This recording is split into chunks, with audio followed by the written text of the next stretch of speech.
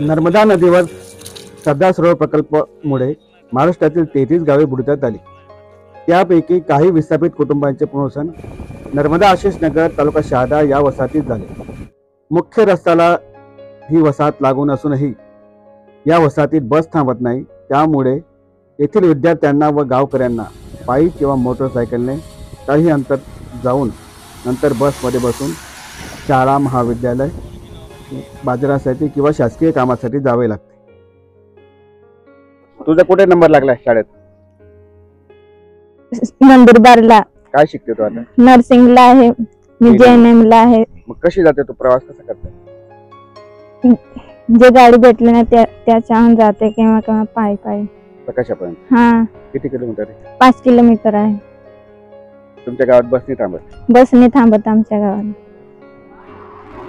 किती खर्च येतो तुला रोज प्रवासामध्ये?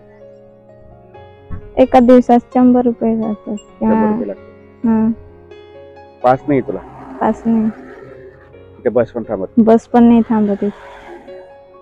एक वर्ष मागच्या वर्षी तू पूर्ण असंच केलं? हा, आता पण तशीच करते? आता पण तशीच करते। तुझं काय मागणी, काय व्हायला पाहिजे? बस थांबायला पाहिजे इथं। बस जातात पण थांबत नाही इथं। तुम्ही सांगितलं होतं का कंडक्टर ड्रायव्हरला?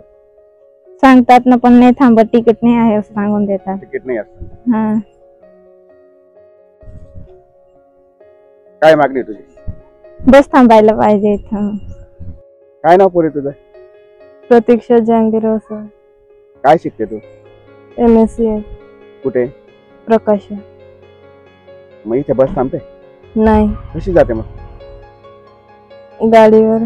मोटरसायकलवर? हा, सोडायला यावं लागतं? हा, मोटरसायकल नाही राहिली मग? बाबा जर पाय पाय बाबा शेतात गेले तर पाय पाय जावं पाय पाय जावं लागतं? लागतं। काय मागणी तुमची, काय व्हायला पाहिजे? बस थांबायला पाहिजे। ह्याच गावातील गणेश वसावे यांचा मुलगा 12वीला नंदुरबार येथे शिकतो।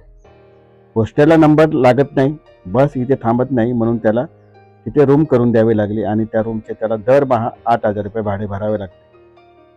काय नाव आहे तुमचं? गणेश वसावे। जाता कुठे? काथर्डे दिगर पुनर्वसनला, शहादा तालुक्यात। आणि काय मुद्दा आहे तुमचा?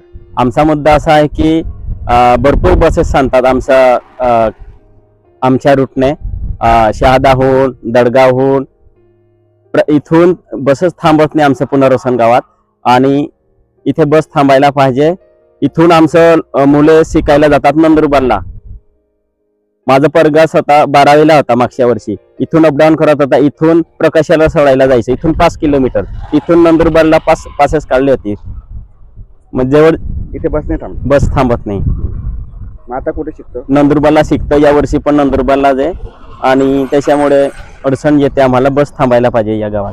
मग तो आता कसं शिकतोय, कसा राहतो, कुठे राहतो? आता रूम करून दिली, महिन्याचे 8,000 आहे, आणि रूमचे भाडं 8,000 आहे, आणि खाणं पिणं आमचं घरचं घेऊन जातात। ते स्वतः बनवून खातात? हा, ते स्वतः बनवून खातात। बस राहिली तर अपडाऊन करेल? हा, बस राहिली असती तर इथून पास काढली असती, अपडाऊन केले असते मुलं।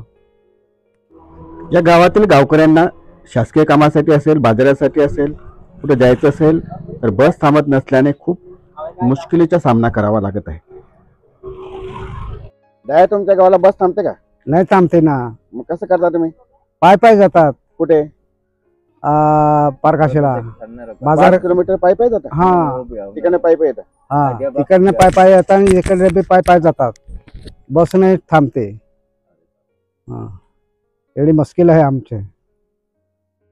ह्या मुद्द्याबाबत आम्ही शहादा एसटी डेपोच्या आगार व्यवस्थापकाला पत्र दिलं व विद्यार्थ्यांची व्यथा मांडली, गावकऱ्यांची व्यथा मांडली। याबाबत आपलं काय म्हणणं हे जाणून घेण्याचा प्रयत्न केला। आज आपण दिलेल्या निवेदनानुसार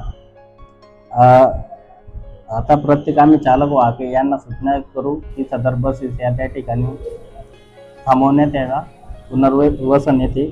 तसेच आपल्यालाही याच्या मार्फत मी सांगू इच्छितो की विद्यार्थ्यांचे नुकसान होणार नाही, त्या हिशोबाने आपण जास्तीत जास्त तुमच्या गावातील जे विद्यार्थी असतील किंवा विद्यार्थिनी असतील त्यांना ज्या अहिल्याबाई होळकर मानव विकास अंतर्गत ज्या पासेस दिल्या जातात त्या पासेसची सुद्धा उपलब्धता आम्ही आमच्या आगारामार्फत आपल्याला करून देऊ।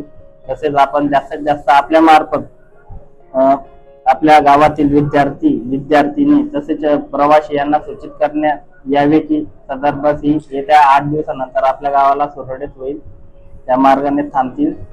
तसेच आपण आपल्या मार्फत ग्रामपंचायती मार्फत सदर मार्गावर बस थांबा विनंती बस थांबा या पद्धतीचे बोर्ड लावण्यात यावे. सदर बसेस थांबतील याची पूर्ण दक्षता आम्ही घेऊ व शिक्षणापासून आपल्या गावातील विद्यार्थी वंचित राहणार नाही याची